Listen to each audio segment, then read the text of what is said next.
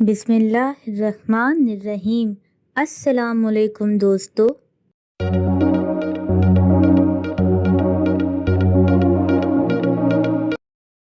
आज का सवाल ये, कौन सी चीज़ एक ही वक्त में घर के अंदर भी होती है और घर के बाहर भी?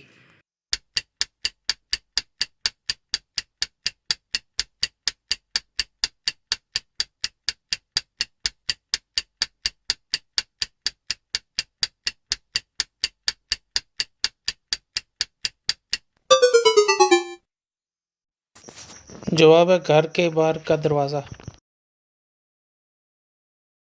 इस वीडियो को लाइक करें, हमारे चैनल को सब्सक्राइब करें और बेल आइकन जरूर प्रेस करें हमारी न्यू वीडियो सबसे पहले देखने के लिए।